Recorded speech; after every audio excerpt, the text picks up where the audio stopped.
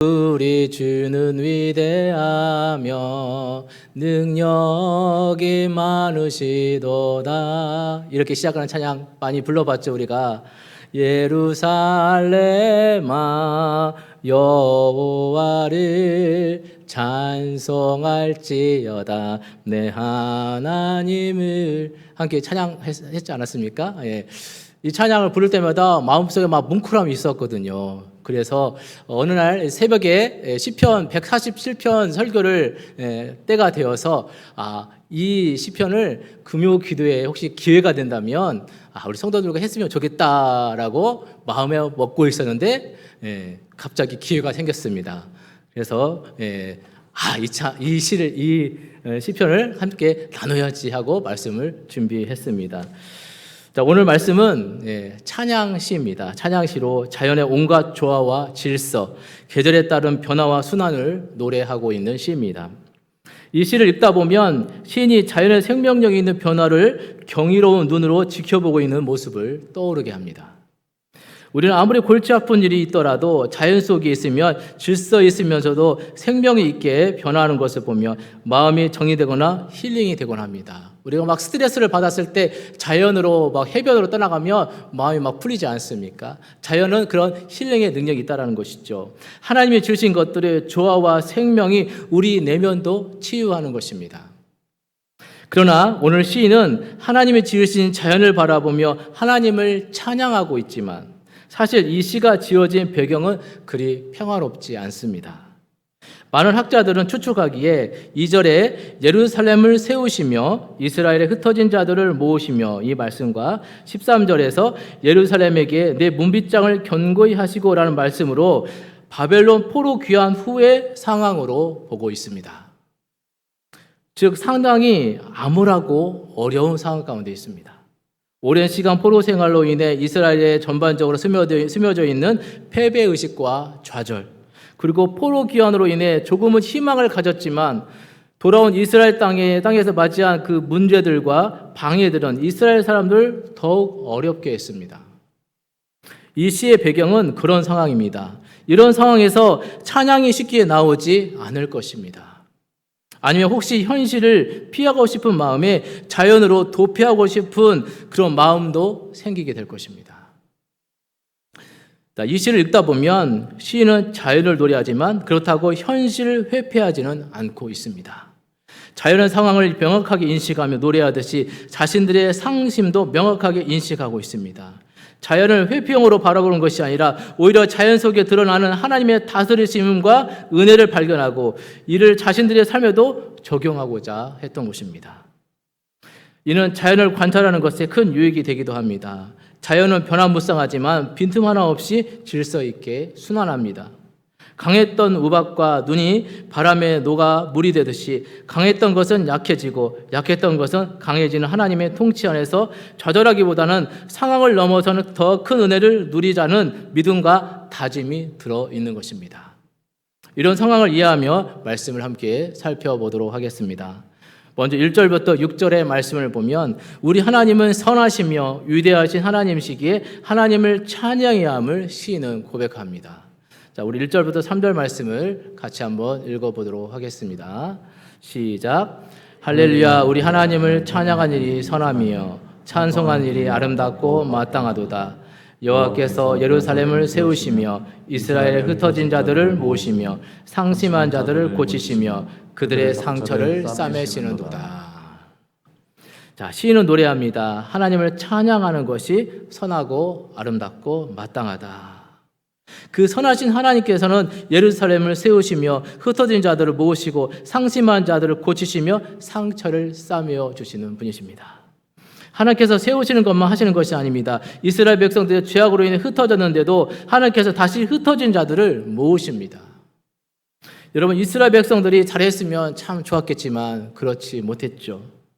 은혜 사건들은 어느새 다 잊어버렸고 하나님의 역사하심을 잊어버렸고 자신이 살고 싶은 대로 마음대로 살았습니다.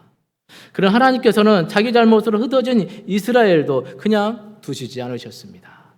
모으기만 하시는 것이 아니라 상심한 자를 고치시고 상처까지 싸매어 주시는 분이십니다. 세원과 재건 이상의 관심을 가지시고 그들과 함께 하시는 분이십니다.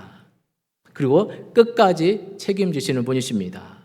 이런 현재를 사는 우리들에게도 참 위로가 되지요. 하나님의 놀라운 은혜를 경험했음에도 우리의 죄성으로 말미암아 늘 넘어지고 상심할지라도 하나님의 상처를 싸매어 주시며 끝까지 책임지시고 고치시는 우리 하나님이십니다. 그리고 4절부터 6절을 한번 읽어보도록 하겠습니다. 시작. 그가 별들의 수요를 세시고 그것들을 다 이름대로 부르시는도다. 우리 주는 위대하시며 능력이 많으시며 그의 지혜가 무궁하시도다. 여호와께서 겸손한 자들은 붙드시고 악인들은 땅에 엎드려 들으신도다. 아멘. 자, 인간은 망원경의 발전으로 많은 별들을 관찰할 수 있게 되었습니다. 점점 늘어나는 별들에 다 이름을 붙일 수가 없어서 별의 크기로 구분하여 숫자를 붙인다고 합니다.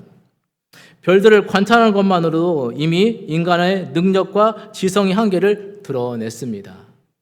그러나 수많은 별들을 각각 특성대로 이름을 부르실 만큼 하나님께서는 인간은 다 알지 못하는 세계를 친히 다스리고 계신다는 것입니다. 이처럼 하나님께서는 위대하시며 능력이 많으시고 지혜가 무궁하신 분이십니다. 인간의 언어인 많다, 무궁하다만으로 표현할 수 없는 능력을 가지신 분이십니다. 표현조차 다 하지 못하는 인간이 그분을 다 아는 것은 불가능합니다. 이렇듯 하나님께서는 신경 쓰실 것도 너무 많고 다스릴 것도 너무 많으십니다. 저 별들의 수요대로 이름을 다 부르시는데 이 넓은 광활한 우주에서도 이 작디 작은 지구는 하나님의 관심사에서 차지한 부분이 너무 미약해 보입니다. 우리 인간은 작은 생각으로 하나님께서 일일이 다 관여하지 못하실 것 같습니다. 그래서 하나님의 위대하심을 묵상하며 묵상할수록 정말 우리 삶에 하나님이 관심이 있을까 하는 의문이 생기기도 하지요. 이것이 인간의 연약함입니다. 그러나 오늘 말씀에는 하나님께서 우리에게 관심이 있을 뿐만 아니라 우리 삶에 친히 관여하시고 심지어 관심과 관여를 넘어서 우리를 판단하고 평가도 하신다라고 시인은 고백합니다. 6절 말씀처럼 겸손한 자와 악인을 나누시고 겸손한 자는 붙드시며 악인은 엎드려 들으신다고 합니다.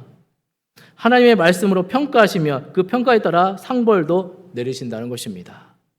하나님께서는 위대하실 뿐만 아니라 우리 삶에 들어오셔서 우리를 관여하시고 참견하시고 말씀하시고 친히 실행하십니다.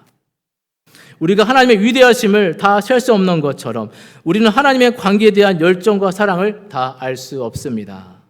그런데 때로 인간은 자신의 지성뿐 아니라 자기 사랑의 한계로 하나님의 사랑마저 한계를 지으려고 하지요. 하나님은 능력과 지성뿐 아니라 사랑도 한계가 없으신 선하시고 위대한 하나님이십니다. 그 하나님을 영원히 찬양하시는 여러분들이 다 되시기를 주의 이름으로 축원합니다.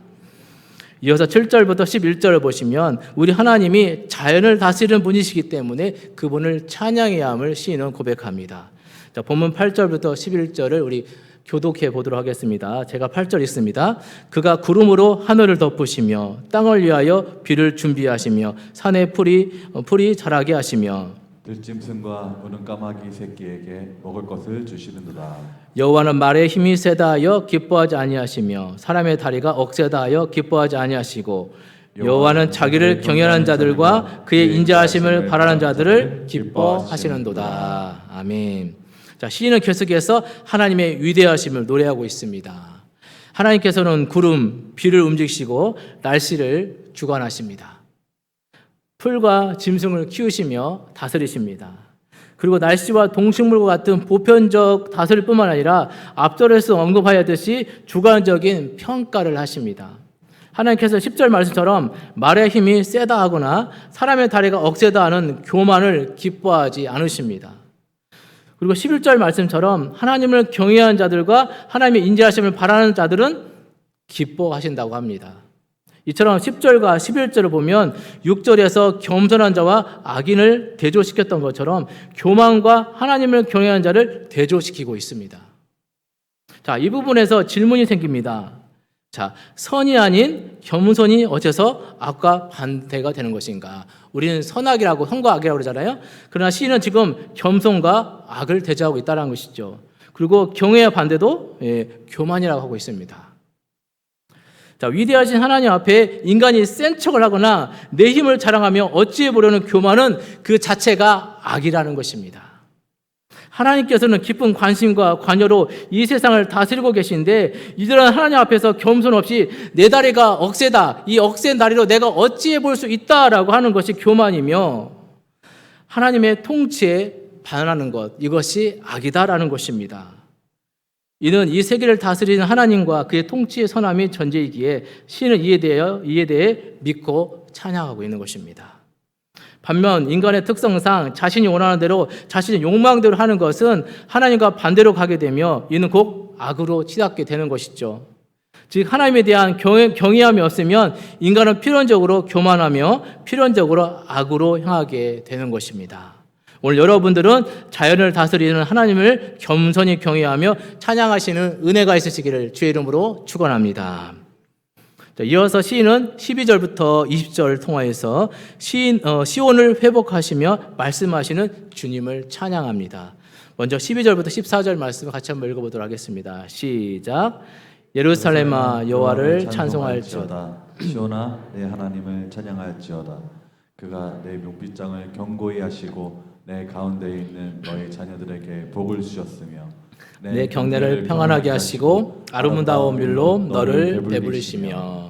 아멘. 자, 앞 내용 2절에서 예루살렘을 세우시고 흩어진 자들을 모으신 하나님께서 예루살렘에 또 어떤 은혜를 베풀었는지 시인은 노래합니다. 예루살렘의 문빗장을 견고하게 하시고 예루살렘 가운데 있는 자녀들에게 복을 주셨으며 경내를 평안하게 하시고 아름다운 밀로 예루살렘을 배불리셨습니다. 자, 우리 앞에서도 언급했듯이 사실 이 노래는 이 노래의 현실은 어떻습니까? 좋은 상황이 아니었습니다. 그래서 더더욱 하나님께서 예루살렘을 어떻게 생각하시는지 그리고 그 하나님께서 얼마나 위대한 분이신지 다시 묵상할 수밖에 없었던 것입니다. 그리고 묵상하면 묵상할수록 예루살렘은 하나님을 찬양해야 하며 찬양할 수밖에 없었습니다. 하나님께서는 예루살렘, 즉 하나님의 백성들을 지켜주시며 복 주셨음을 부인할 수 없었습니다. 이는 하나님의 진정 원하시는 것이었습니다. 이스라엘은 그 복을 누리지 못했고 오랜 시간 고생을 했습니다. 그러나 다시 돌이켜보니 하나님께서는 위대하실 뿐만 아니라 선하시며 그 선하신 사랑을 예루살렘하여 쏟으셨음을 느끼게 된 것입니다. 상황만 볼 때는 진실이 보이지 않았는데 돌이켜 생각해 보니 진실이 보이기 시작한 것입니다. 하나님께서는 복을 주시며 아름다운 밀, 즉 훌륭한 밀과 먹을 것으로 우리를 배부르신 분이십니다. 평안과 배부름은 인간의 관심사만이 아닙니다. 우리 하나님의 관심사이기도 합니다. 다른 이방신처럼 인간에게 받을 것만 바라고 경외하라는 것이 아니라 하나님께서는 우리와 함께하기를 원하시며 그 함께함을 경외함, 즉 순전하게 하나님만 보기를 바라셨으며 오히려 우리에게 풍족하게 내려주시기를 원하셨습니다. 하나님 이토록 풍족하고 섬세하게 우리를 다스리신 전능하신 하나님이신 줄 믿으시길 바랍니다. 이어서 15절부터 18절을 보시면 자, 교독해 보도록 하겠습니다. 15절부터 18절. 그의 명령을 땅에 보내시니 그의 말씀이 속히 달리는도다. 눈을 양털같이 내리시며 서리를 채같이 드시고 우박을 떡 부스러기같이 뿌리시나니 누가 능히 그의 추위를 감당하리요. 그의 말씀을 보내사 그것들을 녹이시고 바람을 불게 하신즉 물이 흐르는도다. 아멘. 자, 하나님은 말씀을 보내셔서 이 땅을 다스리십니다. 이는 하나님의 강권적이며 강력한 통치를 보여주시는 것입니다. 이런 강력한 통치로 자연도 동일하게 다스리십니다. 눈이 내리고 서리가 흩어지며 우박이 뿌려지는 것이 우리 눈에는 모두 대단해 보이지만 이 또한 하나님의 명령으로 된 것이라는 말씀인 것이죠. 자, 이것이 대단하여서 그 추위를 누가 감당할 수 있을까 싶은 것도 하나님께서 다시 말씀을 보내시면 그것들이 녹고 물처럼 흘러가게 된다는 것입니다.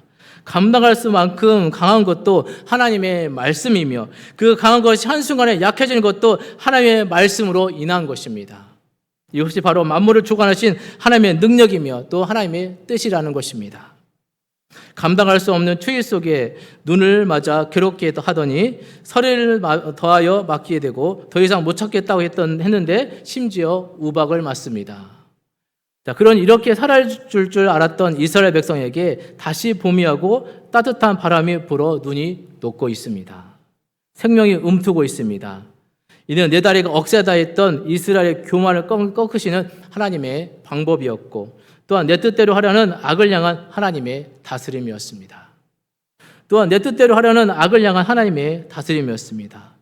예루살렘에서 다시 모은 이스라엘 백성들은 이제 겸손할 수밖에 없고 하나님을 경외할 수밖에 없습니다.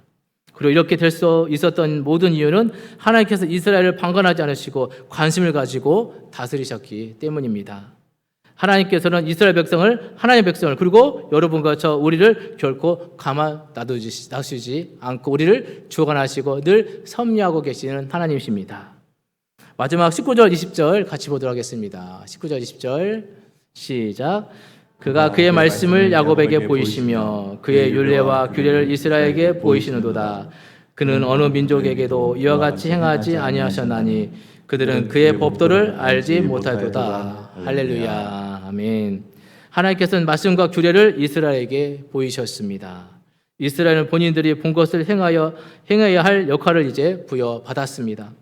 그러나 현실은 그런 제사장 나라로서 역할을 하기에는 너무 괴리가 있어 보입니다. 이스라엘은 오랜 시간 포로가 되었다가 이제 막 회복해 보려고 합니다. 다른 나라에 영향력을 미치기는커녕 멸망하지 않는 것만으로 다행으로 여겨야 했습니다. 지금도 주변에 방해가 있어 언제 멸망해도 이상하지 않을 민족이었습니다. 그러나 이것으로 끝이 아니었다는 것이죠. 예루살렘은 다시 회복되었고 세속적인 영향력은 미약했을지라도 그 안에서 메시아 예수님이 태어나셨습니다. 또한 미약한 가운데 묵상하며 노래했던 시편들로 인해 현재를 사는 우리들도 영향을 받고 있습니다. 그들의 구원 이야기는 우리가 욕심을 내려놓고 하나님을 더욱 신뢰하며 깊은 하나님의 은혜와 역사하심으로 들어가게 만듭니다. 여러분, 이제 말씀을 마치겠습니다. 오늘 이 밤 여러분들은 어떤 마음과 어떤 상황과 어떤 기도 제목을 가지고 나오셨습니까? 여러분의 지금 상황이 도저히 찬양할 수 없는 절망적이고 낙심적인 상황 가운데 있으십니까? 오늘 말씀을 다시 묵상하며 다시 하나님을 찬양하시는 우리 모두가 되기를 소망합니다. 왜 그렇습니까? 우리 하나님은 위대하신 분이시며 선하신 분이시며 상심한 자들을 고치시고 상처를 싸매어 주시는 분이십니다. 수많은 별들의 이름을 부르시며 자연을 다스리시고 연약한 우리를 위해 먹을 것도 풍성히 주시는 복의 하나님이십니다. 오늘 위대하신 하나님 앞에 우리 다리가 억세다, 우리 힘이 세다라고 자랑하지 맙시다. 겸손히 하나님만 바라보며 우리의 회복을 빌고 기도함으로 하나님을 찬양하는 복된 여러분들의 삶이 되시기를 주님의 이름으로 축원합니다. 아멘. 자, 이 시로